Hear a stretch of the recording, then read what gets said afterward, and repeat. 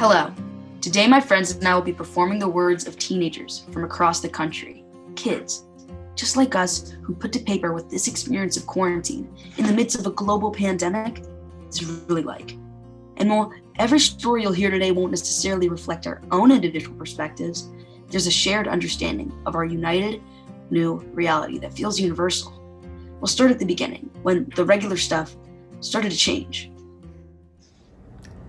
I used to have a bright orange bike. There were 21 gears, there were durable tires and shocks so I could hop curbs and coast off-road. There were lights in the front and the back so I could see where I was going, and everyone else could too. There was nowhere I couldn't ride it. And sometimes I'd drive down to the train station, lock on my bike with all the others, and then get on a train into the city. And it was always waiting for me when I got back. Until one night, when I got off the train, it wasn't there. Turns out there are no indestructible bike locks. Just like I'd assumed my bike would always be waiting for me, I always thought I knew what my senior year in high school would be like. 180 days. One day we'd skip school, go to the beach. One day we'd visit elementary schools, there'd be a play, prom, endless nights with friends. There'd be hundreds of red graduation caps floating in a blue sky, just for an instant. But like my bike, that imagined senior year is gone now too. I guess anything can be taken from you. The walk home the night my bike got stolen felt longer without my wheels, but this?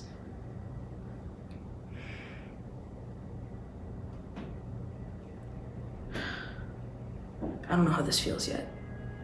Maybe it hasn't hit me. I don't know. Maybe it'll hit me soon. Everything seems like maybe. It was around midnight on January 24th or 25th. Me and Olivia were the last ones left in the school dining hall cleaning up after the Lunar New Year party. I asked Olivia if her mom could give me a ride to the Airbnb where my mom, who had just flown in all the way from Beijing, was staying. Olivia said sure, but when I got to her car, I was confused. Her mom was wearing a face mask, and then Olivia pulled a mask out of her bag and put one on too. They explained that Olivia's mom had just gotten back from China, so they were being extra careful, taking precautions. Her mom was sleeping in the basement, she said. I told them my mom had just flown in from Beijing, and they suggested we stay in different bedrooms, use different bathrooms, don't hug, and wear masks at all times. I felt terrified. The last time I'd seen my mom was the year before, and she was only supposed to be here for 1 week. I didn't want to feel alienated from her. I wanted to be close with her. Is that really necessary? I asked Olivia's mom. It's pretty bad back there, her mom replied. In that week we shared together, mother and daughter, isolated from each other in the same space. I experienced a feeling of distance I'd never felt before. And that was just the beginning. My brother's boyfriend drinks a lot of milk. I didn't realize how much until the second week of quarantine. He drinks so much milk. He's from Greece, but he was visiting us during their spring break from college. And now he can't go back to college or back home, so he's staying in the room my mom used to use as her office. We used to get along fine, but now we don't.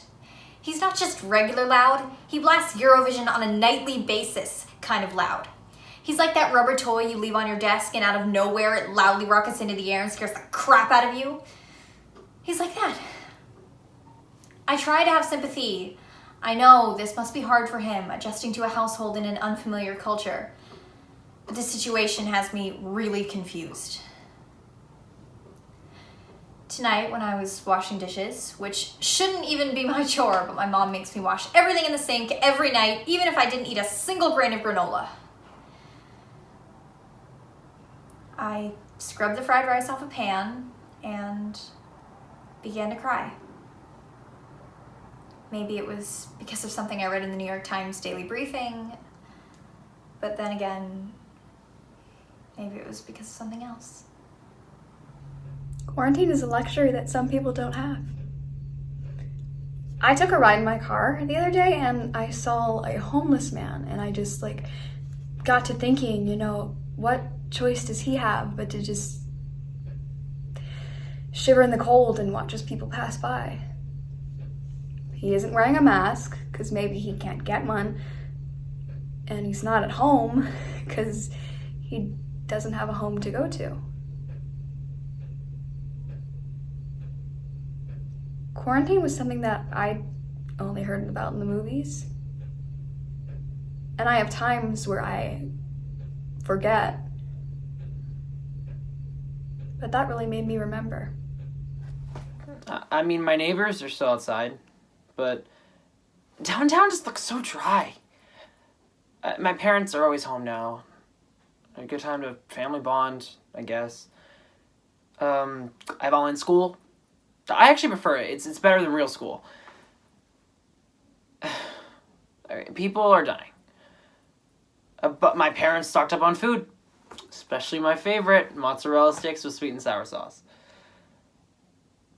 Some say this disease is fake. Others say not to take the vaccine when there is one. I say let's just see what kills us first. Oh, Corona. How sweet and sour you must be. Lives are changing. Those on the front lines working 16-hour shifts, all of us, refraining from touching, avoiding the touch that the human body yearns for, searching for connection, keeping our social distance. We avoid the touch that we use to greet one another, searching for connection, keeping our social distance. We avoid the touch that we once took for granted, searching for connection, keeping our social distance. This virus has got us in quarantine. We're trapped at home, only able to leave with gloves. I cannot visit the ones I love, and neither can you. Searching for connection, keeping our social distance. In my neighborhood, people gather on their balconies to clap and sing. All day long, I watch TV, waiting for an update, an end date, a sign, and yet the numbers climb. Up, up. The death toll rises. I wash my hands. 100 times I wash my hands. I pray to let this be over very soon. Yet, my heart feels different now. Are we stuck here forever, searching for connection while keeping our social distance? It seems that every 100 years or so, the world is cursed with the pandemic. Just so happens that this time around, I, a 14-year-old girl, has been caught in the middle of it. My mind's been running wild. I find myself questioning the cycle of my life lately. The cycle of going to school, seeing my friends, getting into the same drama, then getting over it. I think to myself, what is this for? Do I think too deeply or not deeply enough? Does it matter? Maybe I don't need all that. Maybe all I really need to be doing, all I really need to be learning, I'm doing the learning now, in these weeks stuck at home. I learned how to tend a garden. I learned how to make a lemon cake. I learned how to make a chocolate chip cookie where the main ingredient is avocado. I learned how to make dinner for my family, how to properly walk my dog, how to be healthy, like actually really healthy, not just how to get crazy skinny. I mean, sure, school is useful. It's where I learned about algebra and where I've made my best friends. But I think maybe I'd rather learn about living and being happy. I don't know. I guess I'm just alive and thinking. And maybe that's enough right now. Bored. That's it, bored. Seems like the only way to express how I feel. I mean, I can't believe that a disease can make this feel so real. People dying, left to right. People wearing masks to survive the night. I mean, we want everything to be just fine, right? Yet some of us can't even bear to listen to what will get us there. Just stay in the house, they say. Be patient, they say.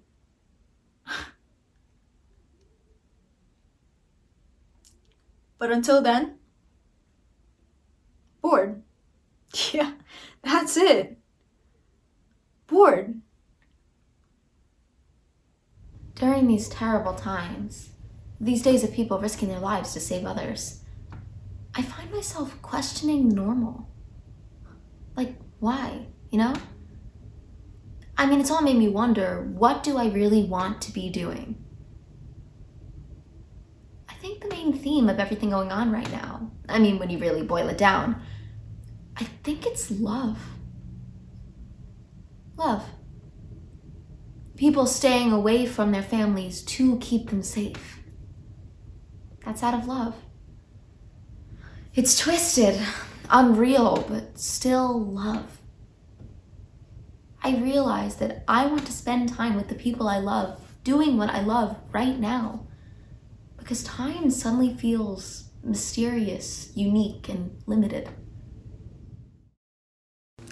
The past few months have been a time of unprecedented uncertainty. People have had to deal with problems they never thought they would encounter.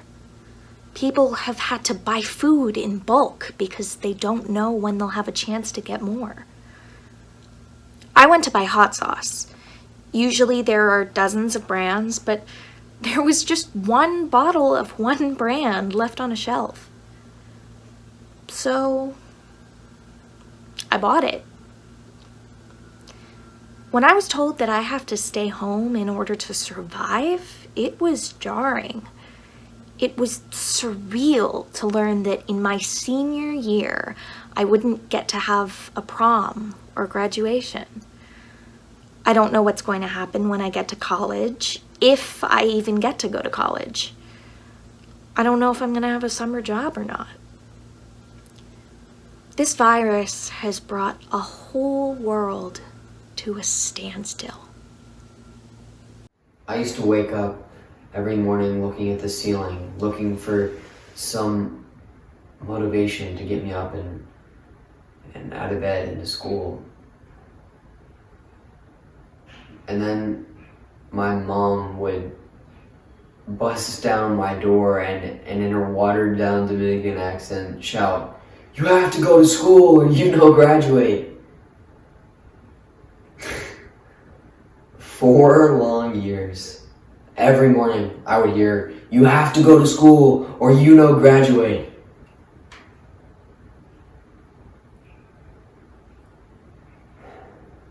Well, now what? Where's the future that I was promised? I blame world leaders who don't know how to lead. My father was absent from those mornings where I struggled to get out of bed and go to school. It was my single mother who got me up and gave me motivation to get me out the doorway. It was my mother's voice that made me work hard these past 4 years. Track, baseball, debate, musicals. These things took my time, but they gave me life. 4 years to get a diploma. A diploma that will most likely now be a PDF file attached to an email, but a diploma all the same.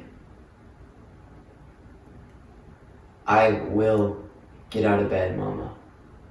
I will get up and graduate. I will get out of bed and go to school and graduate. The show must go on. And so it must. When this thing started, none of us thought it would go on for as long as it has. And yet, here we are. Afar from those first days of unknown and confusion, and now, smack dab in the middle, with no definitive end in sight. At first it was only 2 weeks, then 4, then who knows. Time has little meaning when there are no big tests to study for, no sports games on TV, no hanging out with friends. Every week blends in with the next. There's no reason to mark the calendar. I do little things though, here and there, to try to make the day stand out from each other. Schedule a Zoom call with my friends, start a workout routine, maybe go for a walk around the block. I guess these little things give me something to look forward to, something to do. But I don't know, it kind of just shows how depressing the situation is. The biggest event of my week was a Zoom call and a walk around the block. I try to feel grateful about having a loving home and food on the table, and really, I am grateful, but I can't help it. I don't feel fortunate. My two favorite things in the world are playing baseball and going to sleepaway camp. Baseball is done for already, and the fear that camp might be too is so painfully hard for me to imagine that I don't think I can. Even just thinking about having these two things being taken from me makes me want to break everything in my house. So many people are still hanging out with friends, still going out in public places, still ignoring the CDC recommendations, still refusing to think long term. And it's those people that flip off the switch that would turn on the light at the end of the tunnel. I feel like a second grade kid who's quietly sitting in the front of the class but has recess time taken away because two kids in the back of the class won't shut up and do their work. Those two kids have ruined recess for everyone. Time is irrelevant until all of America takes this seriously. Time is irrelevant until this pandemic is resolved and the light at the end of the tunnel is turned back on. I have learned to share my smile, even with my mouth covered. Right before the world went into lockdown, my family and I landed in Prague. We flew across the world from Boston to my grandparents' home, just as a new law came into effect requiring all of Czech Republic to wear face masks in public. I did my best with my rudimentary sewing skills to create a makeshift Rowski from an old t-shirt. Barely able to breathe or see, I went for walks around the city, something I was used to doing, but now it was shocking. I could barely recognize people I knew because masks blocked their smiles. Suddenly, everyone became a faceless stranger, and I couldn't help feeling like the apocalypse had arrived. How obscene the models' uncovered faces now seemed, looming over me from huge billboard ads that lined the streets. But at least I could see their smiles. Those nameless models were the only faces I could see. One day, I returned home from a sterilized shopping trip, carefully removed my mask, diligently washed my hands, and caught my reflection in the mirror. I don't know why, but I smiled. I saw myself, my own face looking back at me, eyes crinkled up in a grin, and I realized that a smile happens with the whole face, not just with your mouth. From then on, when walking on the streets of Prague, I smile at everyone, despite my face mask. I let my eyes crinkle up and think of all the reasons I have to be thankful. I can share this smile, I think, even with the mask on. My bedroom used to be in the attic. It was supposed to be temporary, my mom said. I wasn't supposed to be up here for long. But now, I'm up here all day. A dresser, bookshelves, a bed, a desk. It's where I sleep, and it's where I type, and it's where I paint. It's where my back aches, and my head aches, and my toe aches because I stepped on the corner of the bed that sticks out because no one's actually supposed to live up here. I bounce around, careening off the plaster walls like the runaway marble in a miniature pinball machine. When I want to focus.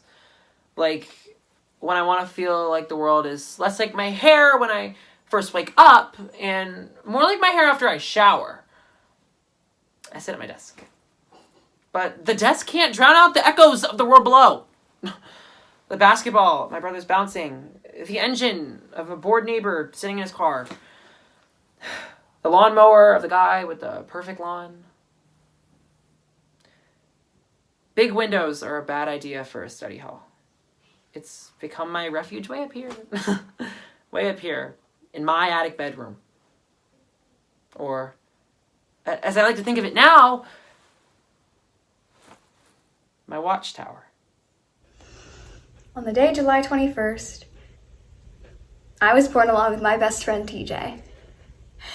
I mean, our moms, I guess, were always best friends, so we gradually, as we grew up more, we became best friends too. And I guess I was always the crybaby. I still am. But TJ has been and always was the person to just tell me jokes and just make everything okay again.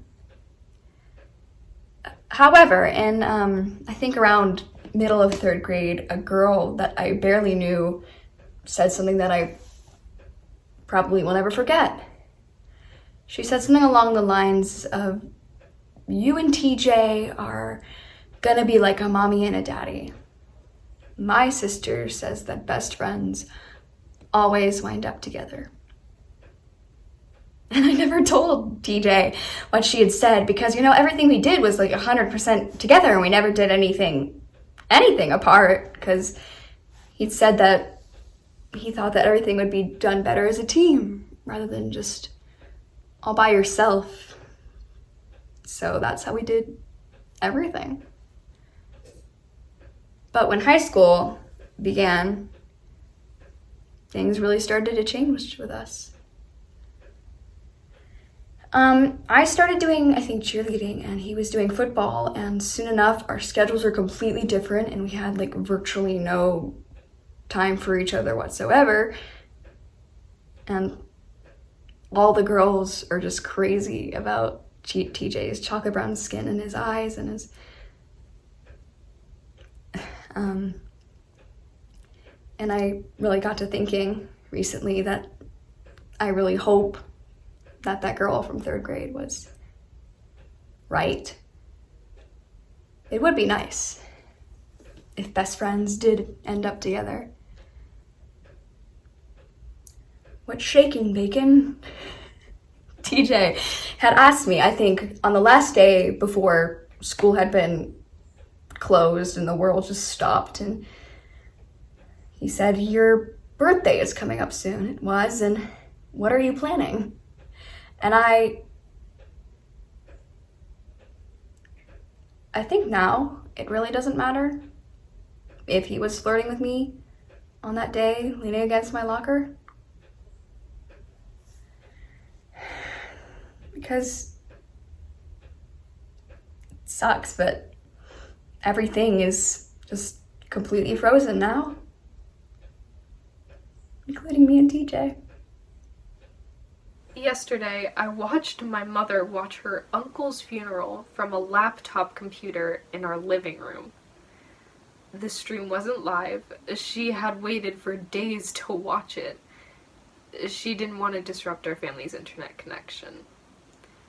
As a family of 5, living in the backwoods of New Hampshire, our internet connection can hardly withstand a single phone call, let alone a video stream. My mother never mentioned needing the internet for herself. She didn't want to bother us. Whenever someone needs the internet in my house, everyone else has to shut off all their devices, and even still, we all have to cross our fingers that it'll work. She didn't want to inconvenience us. She didn't want to interrupt my online classes, which she calls essential. In the video of her uncle's funeral, everyone was wearing masks and gloves. They stood 6 feet apart, unable and unwilling to embrace or shake hands. They entered the room one by one, in silence. I watched grown men hesitate, unable to wipe the tears from their faces as they walked into a room alone to grieve their dead friend, father, brother, uncle. My mother asked if anyone needed the internet between 2 and 3 that day, or if it would be alright if she kept on watching. She didn't want to disrupt our plans. Keep watching, Mom, I said. Nothing else matters.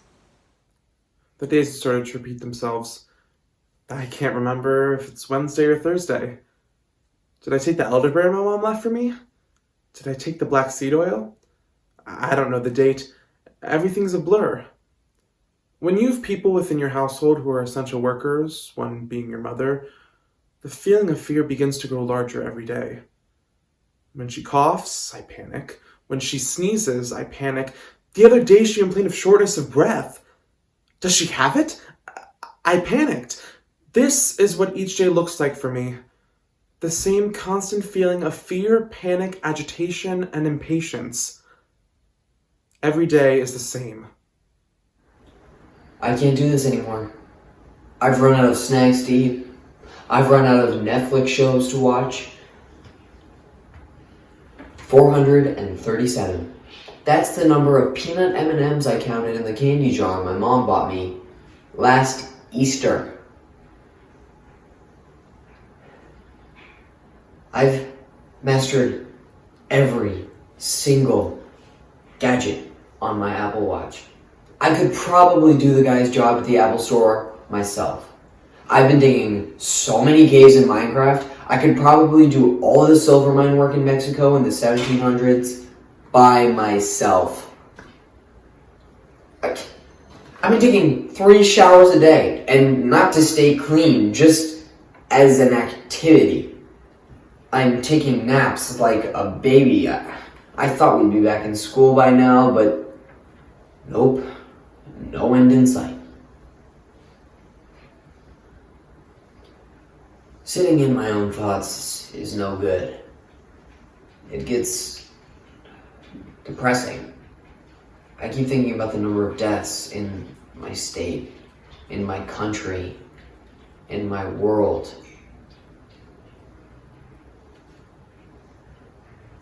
Increasing by thousands each day. But then there's online school to distract me. I guess it's not all that bad. These classes are a breeze now. Everyone passed their exams. I'm pretty sure most people cheated, but whatever. Does it even matter anyways? All I used to do in school was say how much I wished I was home. But now, all I'm doing is wishing how much I was back in school. Like, I miss my friends. I miss restaurants. I miss ice cream parlors. Movie theaters. I miss having fun.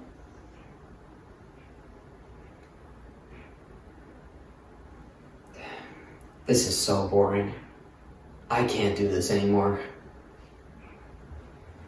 Honestly, quarantine has been fun for me. Since the beginning of spring break, I've been quarantined with my mom. I've watched new shows, started to exercise. I haven't picked up the piano in a while, but it's really been a great time for me. I've gotten to do lots of things I've always wanted to do, like learn a new coffee recipe from TikTok, which tasted awful, but still I got to try it. Watch movies with my mom, which is fun, even though she can't tell the difference between Professor X and Magneto. Sleep in every day and read a lot. I read And Then There Were None by Agatha Christie. 100% recommend. I'm also rereading Little Women, one of my favorite movies of the year. The good thing about this quarantine is that I'm always with my mom, so I could always find comfort from her. Quarantine has given me a lot of time to think about who I want to be in the future, and I don't think being a piano teacher is my dream job. I think there's something else out there for me. I wake up to the sun on my face. Its rays fall across my skin. The warmth forces a smile. The sun feels as though it's trying to coax me outside to join her. I hear the birds chirping their morning songs. But everything somehow feels too quiet. The world is still. I'm still. For a moment, I forget what's happened. I forget where I am. and I breathe. Then it hits me. The air leaves my body and I feel empty again. The birds stop singing, and the quiet around me starts to feel so loud that I can't move, can't run away. I put my hands over my ears, but the silence still follows me there. I pull myself together and get ready for the day, yet the silence still follows me, never leaving my side. And when I sit down to start the new normal of online school, I can't concentrate. It feels like the world has decided to play some kind of sick joke on all of us. I'm waiting for it to finally end. Waiting for the film crew to bust out of my closet and point out all the hidden cameras. I look at my computer, see my teacher talking, but his words pass through me. Silence joins me again. I think maybe we'll become friends, me and the silence. Because the silence can't be quarantined, right? I clean the windows sometimes. I don't know why. I just do. Something about the chore helps the sun shine through. I clean the windows sometimes, and when I do, I look down. I see a glistening pebble. Perfect. Its shape round. I clean the windows sometimes. It seems like too much work, but the way the sun shines down, the pebble seems to smirk. It's smirking at me as if it knows what I'm going through. Sometimes I think about breaking that clean window just so I can get some fresh air, just so I can calm down, just so I can see that pebble. Is it mocking me, I wonder? Sometimes I clean the windows, but what I really want to do is get out of here. 30 days into this quarantine, what I think we all really want to do is get out of here. But we can't. Not yet. But that doesn't mean we've lost hope. We're the next generation of leaders, thinkers, doers. Optimism is up to us. I saw a shooting star last night. I was in my backyard staring up through the branches of a giant tree. As soon as I spotted that star, I felt a gasp escape my throat, cold air rushing into my lungs. It took me off this planet into the wide universe. I wondered, who else is looking up at the sky? At least 5 people on my block have gotten COVID-19. One of them died. He was a grandfather who came here to be with his daughter's family. I remember looking out my window years ago when the moving truck arrived and he first appeared. And then looking out my window last week when the ambulance arrived to take him away. My world is wildly different. We've all been taken out of our universe and thrown into another. We've been thrust into darkness just like that flying meteor. But I try to remember that although the night sky looks black, there are more than 100 billion stars in our galaxy, lighting the way on the long, dark path. Honestly, my life has gone significantly better since I've been in quarantine. I mean, of course it hurts me that there's so many people out there that's hurting. And if I could change the circumstances, trust me, I would. But all I can say is that personally, my life has changed for the better. During spring break, I went to the grocery store and this baby coughed nearby in a checkout line, and the whole store seemed to twitch. Citywide warnings had just begun, but it was slow to reach Wilmington, North Carolina. I had just started seeing the sky, which made the world seem exciting and filled with rainbows. As the warnings on TV grew stronger, Billy, that's his name, and I decided that if one of us got sick, then we'd both get sick. We were together all the time. Slowly but surely, the beaches and the libraries and the restaurants all got shut down. But Billy was everything I ever wanted, so I didn't even care. My mom let me basically quarantine with him, so we were watching Twilight movies and eating ramen and takeout every night.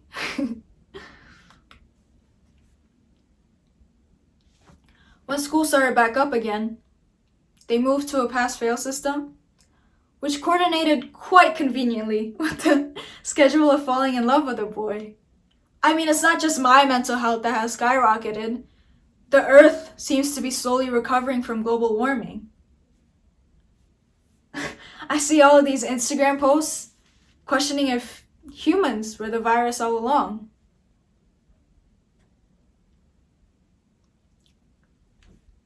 I think I'm just feeling love in my life for the first time, and wondering if it's this feeling that I'm experiencing for the first time that humanity has been missing for a long time. Yes, there is fear, there is isolation, death. Yes, there are overcrowded stores and closed schools. But we do not have to hate each other. We do not have to fail or suffer from loneliness. We don't have to be selfish with the tissue. We don't have to allow our fears to kill our souls. If we choose to allow our fears to kill us or hurt others or leave us lonely, the more damage will be done. Remember, after a storm comes a rainbow. My grandma taught me that. Freedom is wanted by all but given to some. Some people are scared to go outside, while others walk around without worry. Am I talking about race or about this quarantine?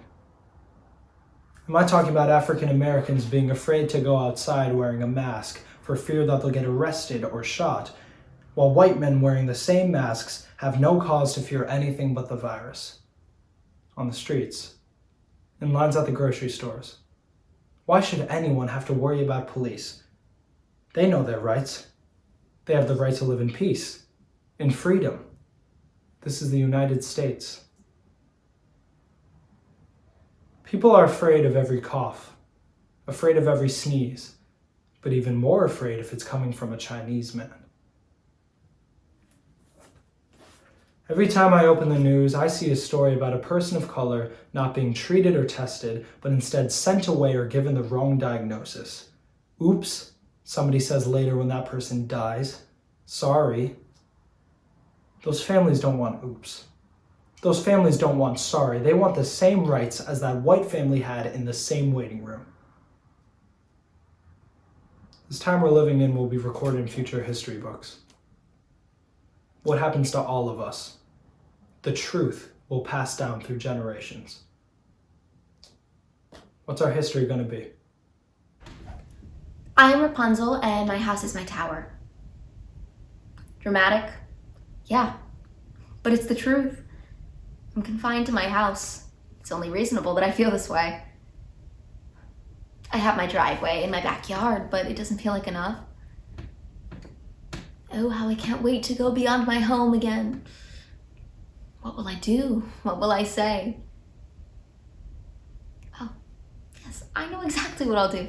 The first thing I'll do is take a walk. The first thing I'll say is hello. Hello to the birds. Hello to the trees. Hello to the sun beating down on my face. Hello to the grass that's not in my backyard. Hello to the clouds, who I've only been able to see from that one window downstairs. talk to the flowers who have been waiting for my arrival. Oh, how we've missed you, the flowers will say. I'll say hello to my first cup of coffee with a slight touch to my lips. Then hello to the sriracha on my salad when I ask a waiter to just go with it. And when I see my friends again, I'll pause. I'll forget that it's okay at first, but then I'll remember that it's over, and I'll pull them into a warm hug, and our bodies will say hello again. But for now, I sit here and wait. And I write. I write about how I will say hello. Hello to the birds and the trees and the sun beating down on my face. Hello to the grass and the clouds so I could hardly see from that one window. And I will talk to the flowers who have been waiting for me. And they will say, oh, how we've missed you.